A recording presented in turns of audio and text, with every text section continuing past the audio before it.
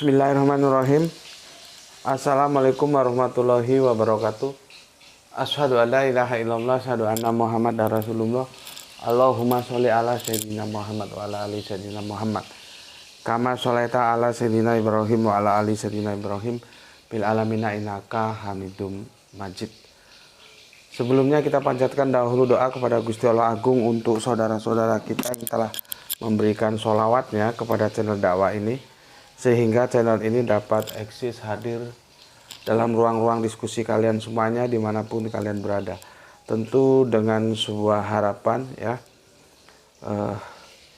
insya Allah ya, sholawat ini akan menjadi catatan langit amal soleh bagi mereka dan keluarganya kelak, dan insya Allah akan terbalaskan dengan balasan yang lebih baik lagi ya. Berikutnya untuk seluruh viewer terkasihku dimanapun kalian berada, aku mengucapkan terima kasih atas apresiasinya baik yang di mancanegara maupun di dalam negeri ya. Terima kasih semuanya ya. Semoga selalu always dan tidak pernah never, tetaplah bertumbuh menjadi pribadi yang anti skip dan anti download. Bagi yang berkenan silahkan saja di share link kajiannya ya. Tapi linknya ya, jangan diunduh, dipotong-potong, diunggah ulang. Aku nggak kasih izin untuk yang demikian ya. Berikutnya semuanya dari kalian aku ucapkan terima kasih atas doa-doa bahagia untukku dan keluarga, dan semoga kebaikan doa itu juga tercurahkan untukmu semua. Sebagai saudara sesama muslim, kita saling mendoakan dalam kebaikan, dan insya Allah doa kita bagian dari sekian banyak doa yang diijabahi. Amin amin ya robbal alamin ya. Aku lanjutkan, kajian kita adalah tajuknya Kristen Islam ya. Kristen Islam ya. Masihkah berpikir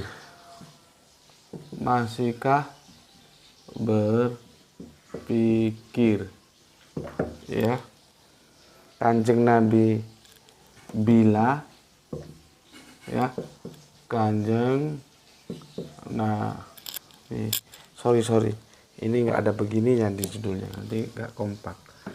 Kanjeng Nabi Isa ya diangkat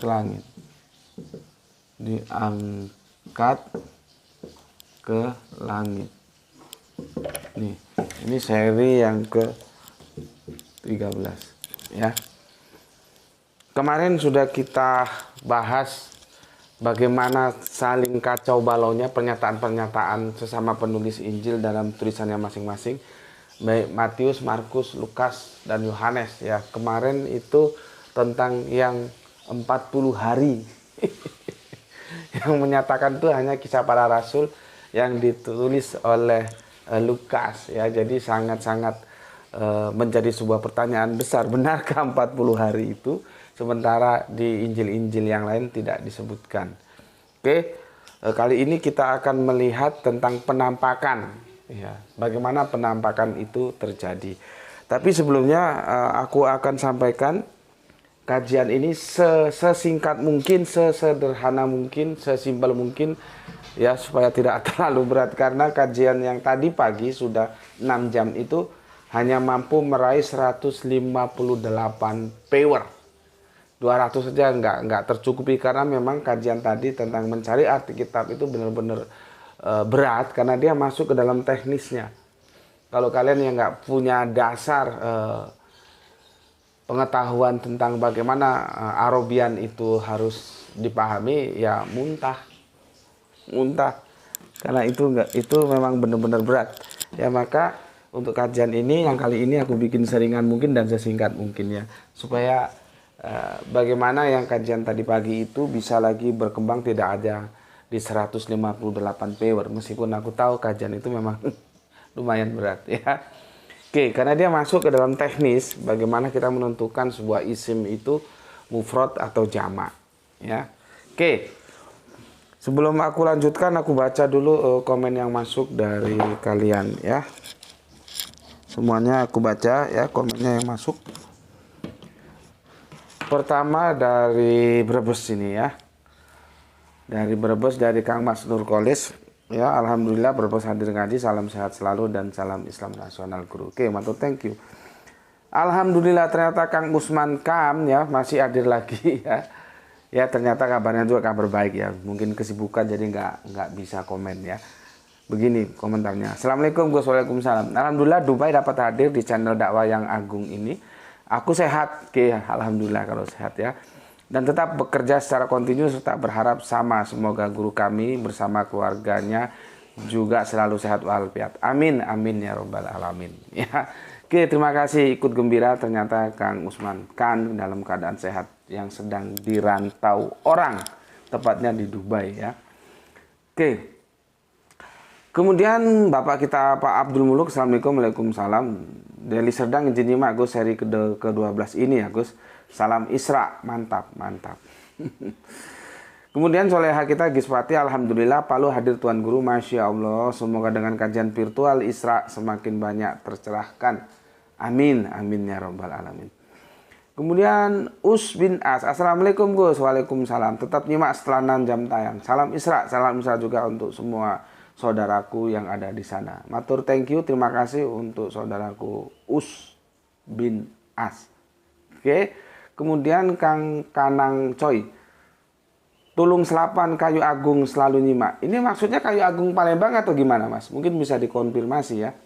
Aku sekali ada acara kajian di Kayu Agung Palembang ya. Sorry, Kayu Agung Palembang maksudku. Jadi kalau dari Lampung tuh sebelum masuk kotanya ya, belok kanan. Selalu nyimak walau waktunya sering mundur, anti skip, anti download. Semoga JM sehat selalu. Terima kasih, doa yang bersama untuk saudaraku Kanang Koi ya. Salam Isra semuanya saudaraku di sana dan semoga sehat selalu. Terima kasih. Kemudian Kang Mas Padlan Jakaria, Assalamualaikum Gus, Waalaikumsalam warahmatullahi wabarakatuh. Salam dari Purwosari dekat Pasuruan Gus. Oh, gue sangka Purwosari Jawa Tengah, ternyata tetangga lah ya. Malang tetangganya Pasuruan gitu, sebelum Lawang. Oke, matur thank you. Terima kasih Kang Mas Padlan Jakaria dan salam Isra untuk semua saudaraku ada di sana. Gus mau tanya apakah boleh menjadikan Injil Apokripa menjadi rujukan bacaan? Salam Isra juga untukmu. Boleh, kenapa enggak boleh? Pernyataannya kan yang mengatakan itu Apokripa siapa? Itu kan otoritas kekuasaan. Sehingga sekian banyak Injil cuman menjadi 4 Injil yang dianggap kanonik, dianggap loh ya, bukan kanonik dan kita sudah buktikan itu enggak kanonik. Ya, kemudian yang lainnya dianggap Apokripa. Yang Apokripa kan kekuasaan yang pada saat itu memegang sehingga dia menentukan Apokripa. Secara ilmiah belum tentu dia Apokripa. Jadi dalam dunia akademis nggak ada istilah Apokripa. Semua buku boleh dibaca. Selama dia bisa dipertanggungjawabkan secara rasional, intelektual mengakuinya, ya dia bisa dipakai. Gitu aja. Ya, oke, terima kasih Kang Padlan Jakaria yang ternyata Tonggo Dewi Pasuruan. Berikutnya Kang Saran Gipari yang ada di Bandung Utara bagian barat. Menyimak setelah 15 menit tayang. Komen ketiga, mantap. Cuaca sejuk malam ini. Oke. Terima kasih. Salam Isra untuk saudaraku yang ada di Bandung. Kemudian ada Mas Jack Bewo ya, sulit sekali namanya. Salam dari Banda Aceh Gus. Oke, terima kasih. Ternyata dari Banda Aceh, jauh ya. Terima kasih untuk kajiannya Gus. Aneh nonton ulang lagi video Gus dari awal. Kajian Gus semuanya rasional dan masuk akal. Untuk yang baru gabung, ente harus berpikiran terbuka dan harus siap menerima perubahan atau perbedaan. Hadis sahih pun jika berbenturan sama Al-Quran maka tinggalkan, ambil nas Al-Quran. Mantap. Nabi Isa alaihissalam sudah meninggal dan tidak turun lagi. Mantap lagi ini. Jika Nabi Isa naik ke langit, maka sedikitnya ada 3 ayat Al-Quran yang berbenturan, yaitu Al-Ashab 40, As-Sof 6, dan Al-Ikhlas 4. Sekian, mohon koreksinya Gus. Mantap. Wassalamualaikum, waalaikumsalam warahmatullahi wabarakatuh. Aceh, ingat Aceh, ingat kopi Gayo. Terima kasih atas informasi dan komennya yang sangat berguna, sangat bermanfaat ya. Memang begitu karakternya. Apabila gelas itu penuh, dia tidak akan bisa diisi air lagi kalau dia tidak menumpahkan dari sebagian isi yang ada di dalamnya. Ya, maka yang dimaksudkan oleh Kang Mas Jack Bewok ini adalah ya open mind itu, ya. Karena di sini kita akan berbicara hal-hal yang sifatnya overlapping, lompatan pemikiran, tidak mainstream. atau anti mainstream begitu. Terima kasih Kang Jack Bewok, salam Isra untuk semua saudaraku yang ada di Aceh. Kemudian Kang Mas Wahyudi Junaidi, Assalamualaikum, Waalaikumsalam. Nyimak kajian ditemani ipok dan pisgor, kopi dan pisang goreng maksudnya. Salam Isra juga untukmu saudaraku yang ada di sana. Assalamualaikum, waalaikumsalam. Kemudian Kang Irfan Al Akbar, seperti ulo golek kepuk. Apa katanya? Aku belum baca ini. Sibuk tadi. Ulo ular golek mencari gepuk pukul. Seperti ular mencari pemukul. Betul. Seperti mencari mati ya. Masih menyimak pasca ngaji taswid dari Kenci Jambi. Mantap. Jadi kalau Yusuf Arimatea ya, setelah mengangkat Yesus ya, diambil dari atas salib terus ngomong ini Yesus hidup, ini Yesus hidup. Ya sama aja ular cari pemukul gitu ya.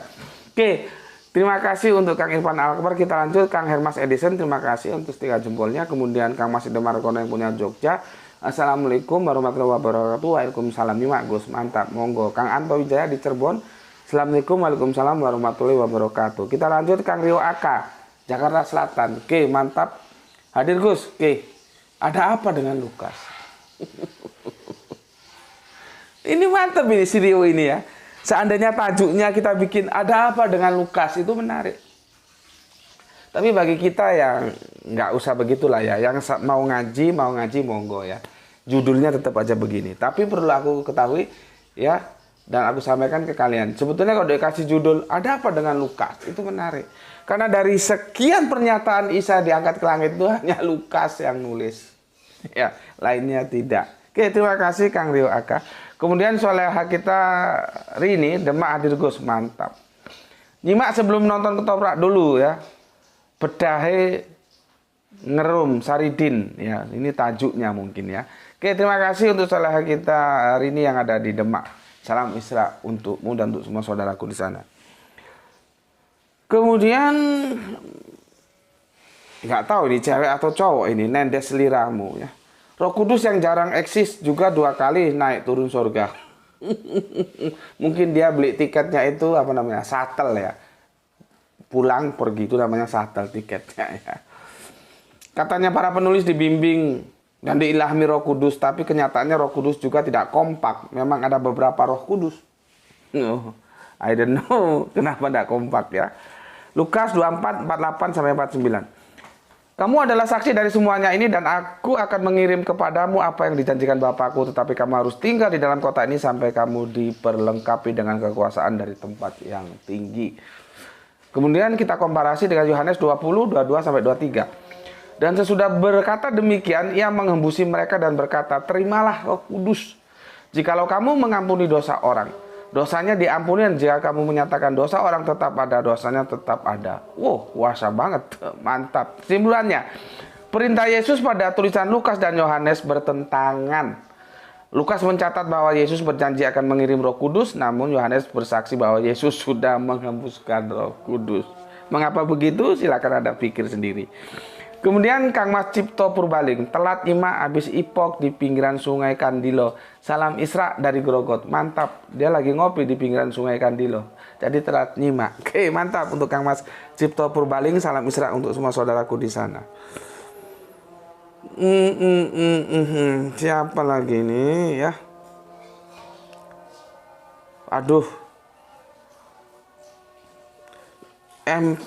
MR Ces atau siapa ini? Isa lahir di bawah pohon korma. Yesus lahir di kandang domba. Yesus disalib mati, bangkit dan naik ke sorga. Isa bukan disalib. Itu sejarahnya. Sejarah yang mana yang benar? Benarkah Yesus dilahirkan di kandang domba? Itu juga bermasalah loh. Cuman karena sering digambar-gambar, mau Natal digambar di kandang domba. Coba baca teksnya. Palungan itu belum tentu kandang domba. Ya, mana? Kita uji bareng-bareng. Mana yang benar sejarahnya? Ya. Oke, apakah benar di kandang domba itu enggak? Itu palungan belum tentu kandang. Oke. Berikutnya Kang Pepep Hendrawan, selalu studi Salam Isra Bandung Tea. Mantap, atur nuhun Kang Sadayana, atur nuhun ya. Kang Mubasurot, Assalamualaikum, waalaikumsalam Gus. Hanya ingin beri paham saja untuk Kristen. Amuba saja berkembang biak tanpa kawin, kenapa nggak disembah juga? bukan aku yang sanggup menjawab itu ya. Biarkan teman-teman Kristen lah ya. Kemudian Kang Abdul Qadir JJ, Assalamualaikum, Waalaikumsalam. Gerbang salam hadir always selalu with you JMBG. Matur nuwun, sekala kongsi banyak. Teretan TB di Pamekasan Madura. Oke, sudah aku nggak punya hutang, sudah aku bacakan semuanya komen yang masuk dari kalian. Dan kita akan masuk ke dalam materi kajian kita. Kita akan melihat tentang sisi penampakan. Sebagaimana kita tahu apakah nanti penampakan itu bisa akurat benar beritanya atau akan bernasib seperti 40 hari kesana kemari sebelum naik ke surga. Dan kita sudah tahu bahwa berita itu sungguh-sungguh berat untuk diterima sebagai suatu kenyataan yang ada. Oke ya, namun demikian karena dilanggarku sudah azan maghrib, kita break dulu untuk azan maghrib. Sholat maghrib berjamaah, nanti kita lanjutkan. Bismillahirrahmanirrahim. Alhamdulillahirrahmanirrahim.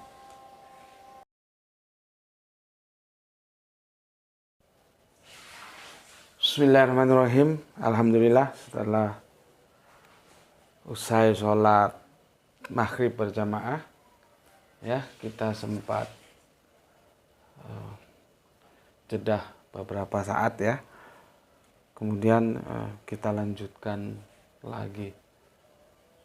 Yang ini kopinya belum ada nih ya. Sibuk, belum sempat bikin kopi. Oke, kita lanjutkan ya. Kalau kemarin kita membahas tentang 40 hari dan aku sudah sampaikan kepada kalian ya, begitulah ceritanya.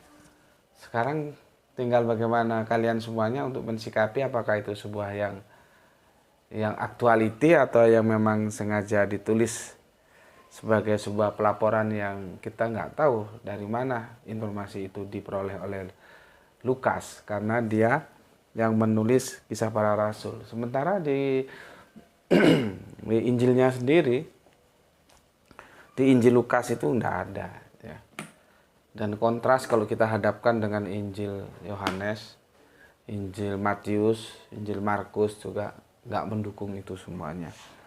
Ya, tapi ya seperti itu. Sekarang aku hanya menyampaikan data seperti itu secara alkitabiah, terserah kalian terus akan menerima itu menjadi sebuah yang faktual terjadi peristiwanya atau tidak, itu silahkan, monggo-monggo saja.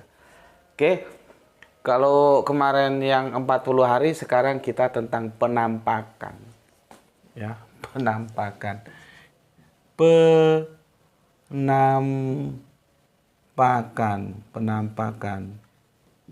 apa yang Anda bisa simpulkan dari sebuah diksi penampakan ya? Kalau kita lihat di dunia entertainment ya, yang kesannya berbau-bau mistis itu kan mesti penampakan. Gitu. Apa yang bisa kita ambil dari sebuah diksi ini? Kita tahu bahwa peristiwa itu tidak bersifat publish, maka disebut penampakan, yang artinya seharusnya tidak tampak. Itu terminologinya dulu kalau kalian pahami ya. Adanya sebuah diksi penampakan itu menunjukkan sesuatu yang seharusnya tidak tampak. Justru kalaupun dia nampak, itu sifatnya tidak publish tapi privat atau spesialis. Hanya orang-orang tertentu saja yang bisa nampak. Tidak semua orang bisa melihat penampakan itu. Itulah yang kita dapatkan dari sebuah diksi penampakan. Ya. Nah, terus aku ingin sampaikan ke kalian, kemarin kan kita belajar di kitab Matius. Ya. Setelah Yusuf Arimatea mengambil dari tiang salib, ya, jasad dari Yesus ya, dimakamkan ya, kemudian bangkit ya. Pagi-paginya kan itu kalau kita baca dari Injil Matius, kita akan merujuk ke Matius 28 mulai ayat yang pertama. Ya. Kita dapatkan informasi begini. Setelah hari Sabat lewat menjelang menyingsing fajar pada hari pertama minggu. Berarti ketika fajar itu ya jelang menyingsing gitu ya. Artinya belum, tapi menjelang menyingsing. Pergilah Maria Magdalena dan Maria yang lain. Ya nggak tahu Maria siapa ya, di sini tulis Maria yang lain. Ya.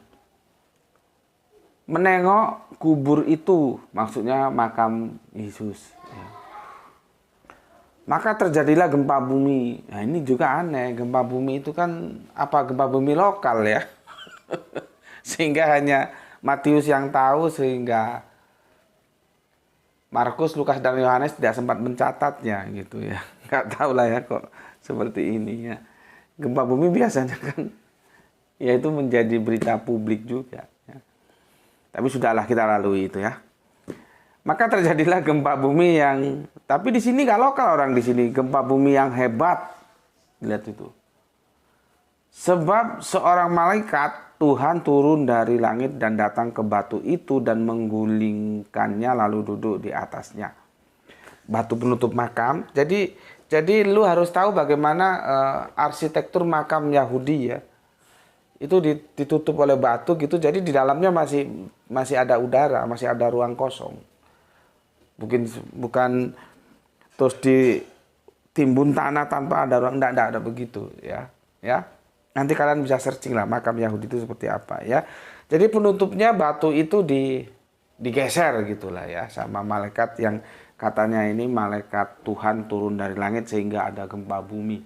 Tapi sayangnya gempa bumi yang hebat itu tidak sempat tercatat oleh Markus, Lukas, dan Yohanes. Ini yang kita kadang-kadang nggak bisa begitu ya. Biasanya Markus mencatat ya, karena dia saling mengcopy paste gitu ya. Cuma nanti kita lihatlah apakah dia mencatat, karena ada nanti juga perbedaan ya. 2 orang atau seorang gitu ya. Malaikatnya itu ya. Anunya introduction-nya hampir sama. Kalau Markus begini, setelah lewat hari Sabat, maksudnya ya minggu ya, Maria Magdalena dan Maria ibu Yakobus. Nah, kalau di sini dijelaskan Maria ibu Yakobus. Jadi di sana namanya Maria itu banyak, seperti di tanah Jawa namanya Sri itu ya banyak, seperti di tanah Batak namanya Butet itu ya banyak. Di sini Maria Yakobus ya. Ibu Yakobus, serta Salome membeli rempah-rempah untuk pergi ke kubur dan meminyaki Yesus. Nah. Dan pagi-pagi benar pada hari pertama minggu, nah, tadi kan, kalau Matius masuknya langsung dan pagi-pagi benar hari pertama minggu, nah, begitu, ya. Yang tentang Salome-nya beli rempah-rempah nggak ditulis. Setelah matahari terbit menyingsing tadi ya, pergilah mereka ke kubur. Mereka berkata seorang kepada yang lain, siapa yang akan menggulingkan batu itu bagi kita dari pintu kubur? Ya. Tetapi ketika mereka melihat dari dekat, tampaklah batu yang memang sangat besar itu sudah terguling. Artinya makam sudah terbuka. Ya. Lalu mereka masuk ke dalam kubur dan mereka melihat seorang muda yang memakai jubah putih duduk di sebelah kanan. Mereka pun sangat terkejut.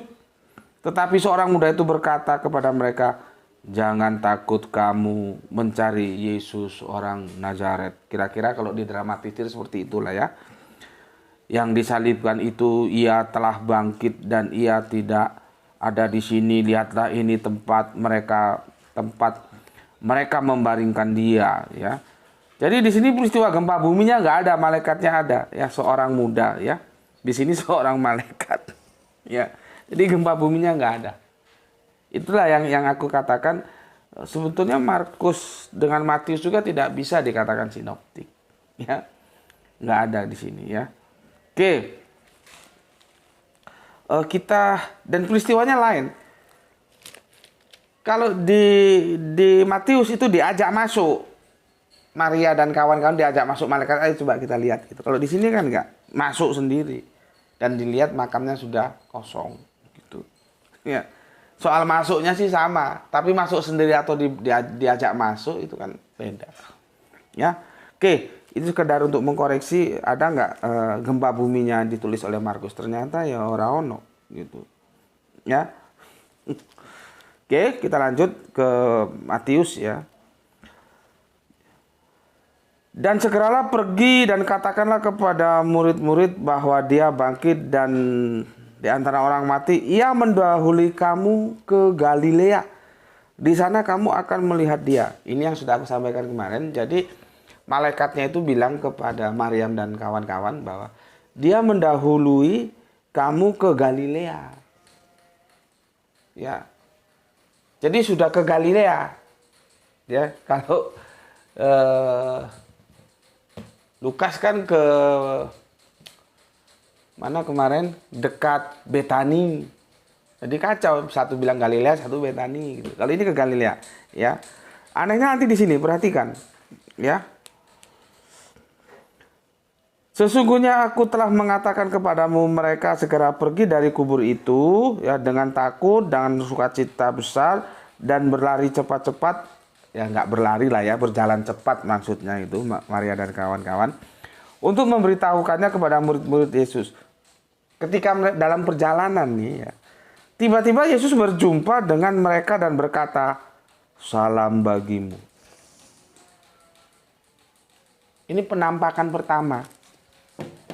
Kalau menurut Matius, ketika berjalan balik atau pulang dari kubur, dari makam, di tengah jalan ketemu Yesus dan Yesus bilang, "Salam bagimu." Mereka mendekatinya dan memeluk kakinya serta menyembahnya. Yang jadi masalah, katanya malaikat tadi sudah di Galilea. Itu loh. Ya. Kan di Matius 28 7 ya, 28 yang ke-7 ya. 28 yang ke-7 gue tulis bawahnya gini ya. Kan sudah mendahului ke Galilea. Ini yang ngomong malaikat loh. Bukan orang biasa. Ya. Ternyata ketika di sini bukan Bunda Maryam ya, Maria Magdalena dan Maryam ibu Yakobus balik dari makam ya, mau kasih tahu para murid, di tengah jalan ketemu. Ya, berarti kan nggak ke Galilea, belum sampai Galilea. Atau Yesus mempunyai kemampuan, ya, dia bisa menembus ruang dan waktu. Begitu. Gimana cara memahami ayat ini? Salah satu sisi, Matius 28:7 dikatakan bahwa malaikat memberikan berita Yesus telah mendahului ke Galilea. Begitu Maryam undur diri dari kubur bersama kawan-kawan, di tengah jalan ketemu Yesus. Loh, katanya di Galilea, kok ini ketemu Yesus di tengah jalan. Itu penampakan pertama. Ya, itu bisa kita lihat ya di 28 yang ke-9. Ini Yesus ketemu di jalan. Ini loh. Sementara katanya sudah di Galilea, tapi di jalan ketemu. Apakah Yesus sampai Galilea terus bisa sampai menemui ke jalan, balik lagi atau gimana? Silakan kalian pikir. Ya. Oke. Mereka mendekatinya dan memeluk kakinya serta menyembahnya. Maka kata Yesus kepada mereka, "Jangan takut. Pergi dan katakan kepada saudara-saudaraku supaya mereka pergi ke Galilea dan di sanalah mereka akan melihat aku." Itu yang ke-10. Yang kemarin sudah kita bahas ya. Pertemuannya di Galilea. Yang kita katakan bertentangan dengan Lukas yang katanya di dekat Betani. Ya. Inilah penampakan pertama setelah kebangkitan versi Matius. Ya, Di mana? Di tengah jalan ini. Nih. Matius 28:9. Penampakan pertama. Siapa yang dinampaki? Maria Magdalena dan kawan-kawan. Perhatikan. Meskipun terjadi kejanggalan, karena kata malaikat sudah di Galilea, ternyata kok bisa ketemu di jalan. Maka sesuatu yang bisa merukunkan ini adalah, apakah benar Yesus itu punya kemampuan dia bisa menembus ruang dan waktu? Set di Galilea, set di tengah jalan.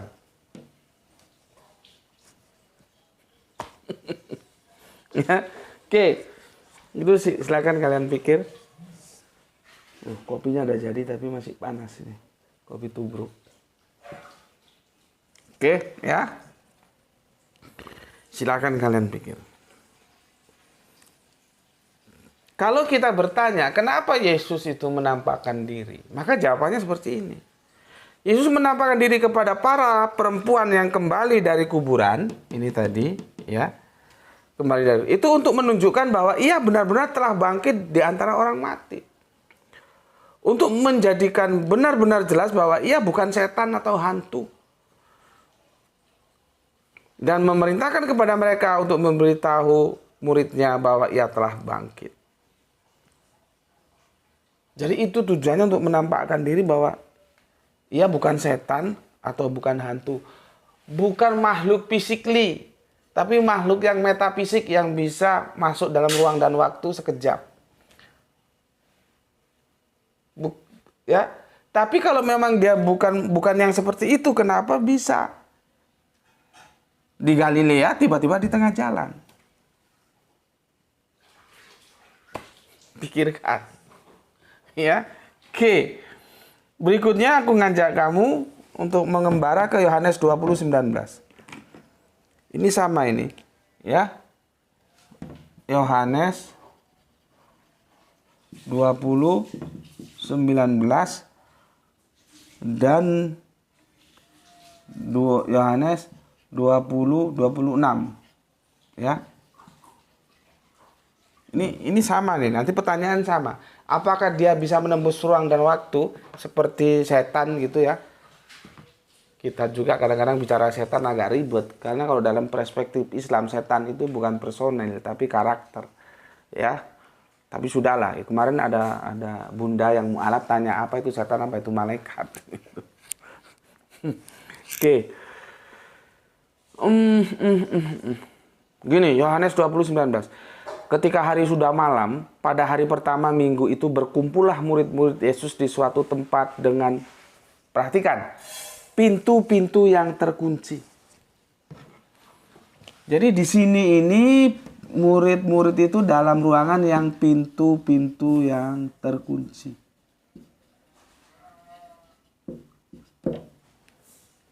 Jelas teksnya, ya. Pintu-pintu yang terkunci. Ya. Karena apa? Karena mereka takut kepada orang-orang Yahudi.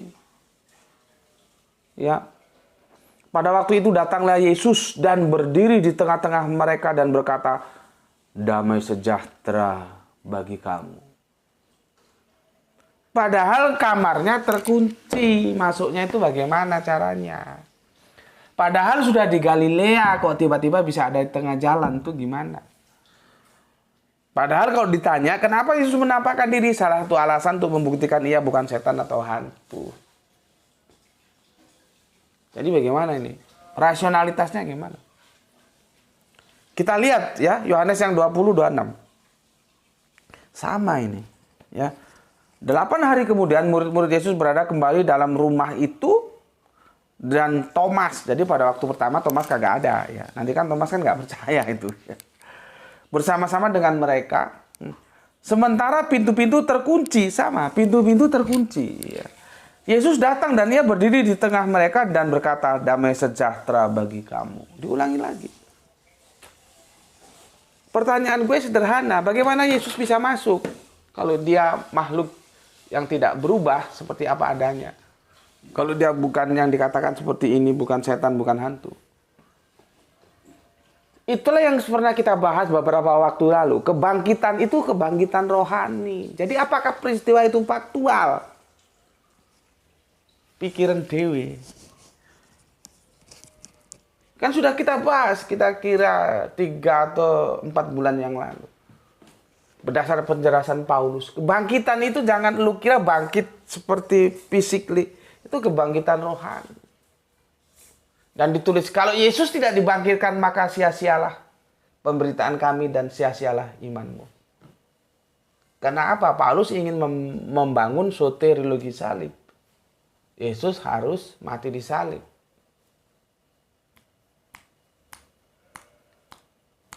Coba pikirkan. Pikirkan dengan tenang, dengan matang-matang ya. Ini supaya teman-teman Islam juga paham. Ini aku nukilkan dari langsung sumber beritanya dari Alkitab. Teman-teman Kristen juga paham. Ya, kalau masalah nanti mau ditolak, mau diterima itu monggo silakan, tidak ada masalah. Tapi kronologisnya tahu gitu loh, bahwa ini ada masalah. Pintu-pintu terkunci di Yohanes 20:19. Yohanes 20:26. Tiba-tiba bisa masuk. Bagaimana cara menjelaskannya? Tembok itu bisa dia tembus gitu. Atau Yesus bisa mengecil, bisa lewat lubang jarum, lubang ventilasi begitu. Gimana? Inilah penampakan yang dibangun oleh Yohanes. Kalau penampakan yang dibangun oleh Matius di tengah jalan tadi itu. Ya. Dari sini, dari apa yang disampaikan Yohanes, ya, kita bisa tahu bahwa Yesus itu dalam situasi yang tidak bebas. Jadi kehadirannya itu privat, maka disebut penampakan. Tidak semua orang boleh tahu. Karena apa? Aku sudah kasih tahu kemarin, dia menjadi target operation, TO. TO-nya apa? Harus mati. Artinya ketika ada yang tahu dia hidup, ya dia harus ditangkap lagi dan dibikin harus mati lagi. Kan begitu. Makanya pertemuan-pertemuannya itu harus dibangun dalam suasana yang secret. Rahasia. Privat. Tidak publik. Ya. Ini di dalam rumah loh. Ya rumah ada kamarnya, kita gambarin gitulah ya. Kalau di sini kan kita baca 8 hari kemudian murid-murid Yesus berada kembali dalam rumah itu dan Thomas bersama-sama dengan mereka. Sementara pintu-pintu terkunci. Coba ini kalau kita bahas di sekolah Alkitab atau di gereja menjadi khotbah. Terus ada yang tanya, bagaimana Yesus bisa masuk? Pintunya terkunci. Apa yang mau diberikan jawaban oleh pendeta mungkin yang sedang khotbah kepada para jemaatnya? Bisa nggak memenuhi rasionalitas? Dan ini menunjukkan bahwa ini privat, tidak dipublis. Ya. Sementara kalau kita baca 1 Korintus 15:6. 1 Korintus 15:6, ya. Lihat ini spektakuler banget ini. Sesudah itu ia menampakkan diri kepada lebih dari 500 saudaranya sekaligus. Dalam satu waktu yang sama, 500 orang. Bukan 1-2 orang, bukan 10 orang, bukan 100 orang, 500 orang sekaligus. Ya. Kebanyakan dari mereka masih hidup sampai sekarang, tetapi beberapa di antaranya telah meninggal. Pertanyaannya, bagaimana mungkin?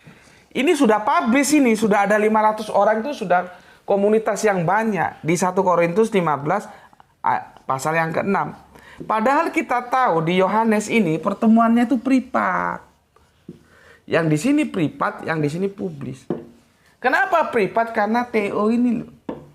Di situ sudah jelas kok, murid-murid sudah takut sama orang-orang Yahudi kok, takut dihabisi. Oh ini muridnya Yesus, saya habisi sekalian. Makanya dikunci semua pintu-pintu. Nah ini kalau ada yang tanya, oh Yesus itu bukan Isa. Iya nggak apa-apa, silakan saja Yesus bukan Isa. Dan gue membahas Yesus tidak dalam perspektif Al-Quran, kita membahas Yesus dalam perspektif Alkitab. Dan semua gua paparkan argumentasinya. Silakan kalau mau disanggah. Jadi nggak ada alasan untuk memisahkan, oh Yesus bukan Isa, Isa bukan Yesus. Monggo, monggo silakan. Tapi yang kalian perlu tahu, gua membahas Yesus dalam perspektif Alkitab. Perspektif perjanjian baru, bukan Al-Quran perjanjian terakhir.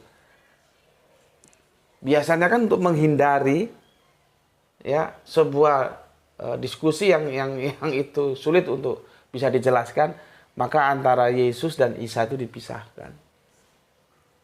Sebetulnya tidak, bahwa Yesus itu adalah Isa, Isa itu adalah Yesus. Tapi oke lah, aku tidak permasalahkan. Pisahkan saja Yesus dan Isa. Maka aku katakan kepada kamu, aku membahas Yesus dalam perspektif Alkitab, tidak dalam Al-Quran.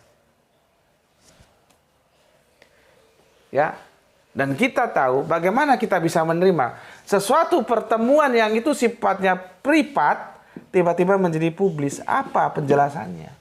500 orang ini bukan sedikit orang, bos. Kalau kita naik bis itu ya, bis wisata yang kapasitasnya besar lah ya, tapi jarang ya, karena kalau kebanyakan yang besar-besar itu jadi nggak nyaman. Sudah kita ambil yang nyaman aja. Itu isinya 50 orang itu. Berarti berapa bis? 500 dibagi 50. Sudah hitung sendiri itu.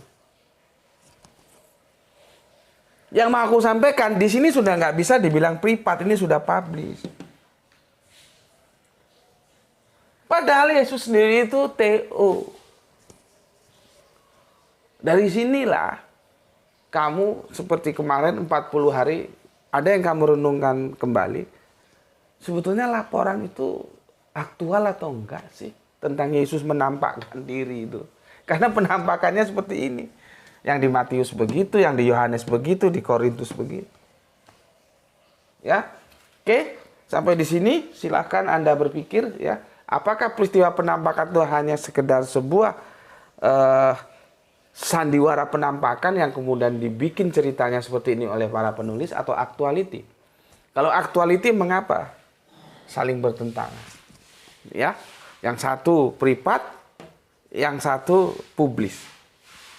Ya, tentang penampakan itu.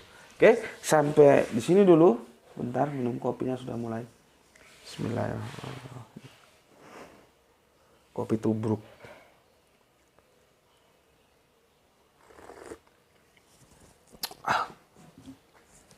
Oke. Sampai di sini dulu ya kajian kita, insya Allah ini selesai lah ya dalam perspektif perjanjian baru, sudah selesai lah ya. Kalau mau kita gali ya masih banyak lagi ya. Jadi aku besok akan menutupnya lewat perjanjian terakhir, yaitu tentang diksi kahla yang pernah aku janjikan itu seperti apa. Nah, nanti teman-teman Kristen kalau menolak ya nggak apa-apa, karena besok aku akan membahas Isa dalam perspektif Qurani. Ya, tapi kalau kalian bisa memahami bahwa Isa itu Yesus ya lebih enak. Tapi kalau enggak ya sudah, nggak usah. Jadi nggak usah dipaksa-paksa ya. Supaya teman-teman Islam tahu bahwa Yesus diangkat di langit itu apakah harus menjadi sebuah pemikiran yang dipertahankan, sedangkan Al-Quran tidak mendukung itu. Besok bagaimana kita akan membahas tentang diksi kahla, khususnya itu ada di surat 5 ayat yang 110 atau 100 berapa gitu ya. Besok kita lihat. Oke, sampai di sini dulu. Silahkan dicermati dan silahkan dipikir ulang bagaimana seharusnya kita memahami sebuah peristiwa penampakan setelah Yesus dibangkitkan. Pesan dari aku, jaga Allah, jaga Kanjeng Nabi, ya, jaga Al-Quran, jaga sholatmu dalam bingkai iman Islammu, simpan dalam hatimu setelah engkau mencarinya dalam sebuah proses pengetahuan untuk menjadi tahu bagaimana rasionalitas ini dioptimalkan. Maka jargon kita adalah Islam rasional. Tetapi walaupun demikian, tetaplah memberi hormat kepada saudara kita yang lain karena mereka tetap saudara kita. Semoga mendapatkan keberuntungan, rezeki yang barokah, dan kesehatan yang prima. Bismillahirrahmanirrahim. Salam Isra. Alhamdulillahirrabbilalamin. Atur nuhun.